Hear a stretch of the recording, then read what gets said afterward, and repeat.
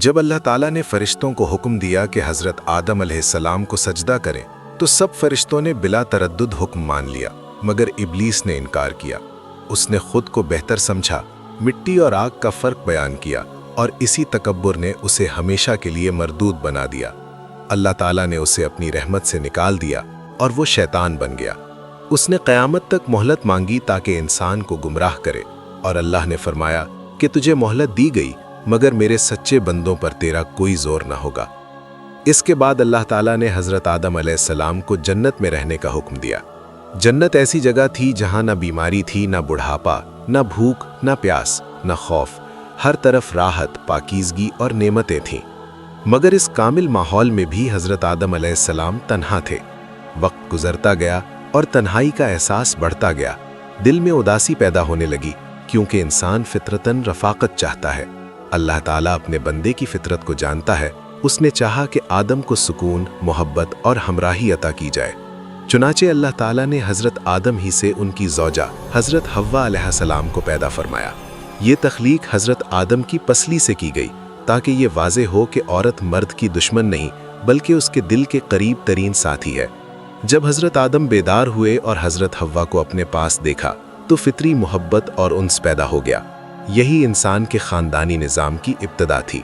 اللہ تعالیٰ نے فرمایا کہ تم دونوں جنت میں رہو، جو چاہو کھاؤ پیو، ہر نعمت تمہارے لیے ہے، مگر ایک خاص درخت کے قریب نہ جانا۔ یہ منع کرنا محرومی نہیں تھا بلکہ آزمائش تھی تاکہ اطاعت اور ضبط ظاہر ہو۔ کچھ عرصہ دونوں جنت میں اطمینان کے ساتھ رہے، لیکن شیطان جو دل میں دشمنی لیے بیٹھا تھا موقع کی تلاش میں تھا۔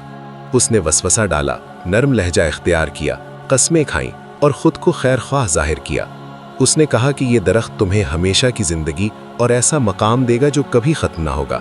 آہستہ آہستہ شک دل میں آیا اور ایک لمحے کی لغزش ہو گئی۔ حضرت آدم علیہ السلام اور حضرت حوا علیہ السلام نے ممنوع درخت کا پھل کھا لیا۔ جیسے ہی یہ عمل ہوا، حقیقت کھل گئی۔ انہیں فوراً اپنی غلطی کا احساس ہوا، شرمندگی اور ندامت نے گھیر لیا۔ وہ جنت میں چھپنے لگے، پھر اللہ تعالیٰ کے سامنے جھک گئے۔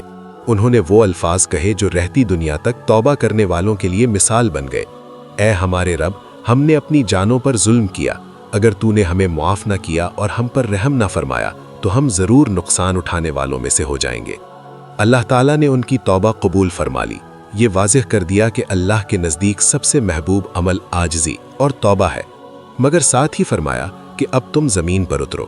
زمین تمہارا ٹھکانہ ہوگی، وہیں تمہاری نسل چلے گی، وہیں آزمائش ہوگی اور وہیں ہدایت بھی آتی رہے گی۔ حضرت آدم زمین پر آئے۔ یہاں زندگی جنت سے بالکل مختلف تھی۔ یہاں بھوک تھی، پیاس تھی، گرمی اور سردی تھی۔ حضرت آدم نے محنت کرنا سیکھا، زمین کاشت کی، کھیتی باڑی کی، لباس تیار کیا اور رہن سہن کے طریقے سیکھے۔ اللہ تعالیٰ نے انہیں نبی بنایا، وحی عطا کی اور انسان کو بتایا کہ زندگی کا مقصد صرف جینا نہیں بلکہ اللہ کی عبادت اور اطاعت ہے۔ وقت کے ساتھ حضرت آدم اور حضرت حوا کی اولاد ہوئی، بیٹے اور بیٹیاں پیدا ہوئیں اور یوں زمین پر انسانوں کی تعداد بڑھنے لگی۔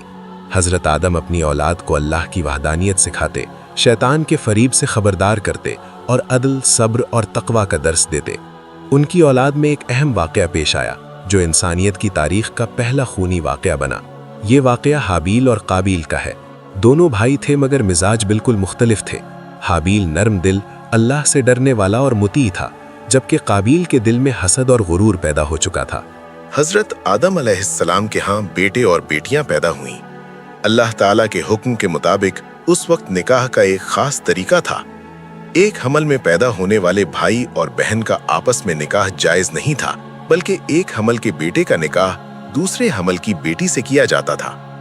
اس حکم میں اللہ کی حکمت تھی تاکہ انسانیت کا نظام پاکیزگی کے ساتھ آگے بڑھے۔ نکاح کے معاملے میں اللہ کا حکم آیا، مگر قابیل اس فیصلے پر راضی نہ ہوا۔ حضرت آدم نے سمجھایا کہ یہ اللہ کا فیصلہ ہے، مگر حسد نے اس کی عقل پر پردہ ڈال دیا۔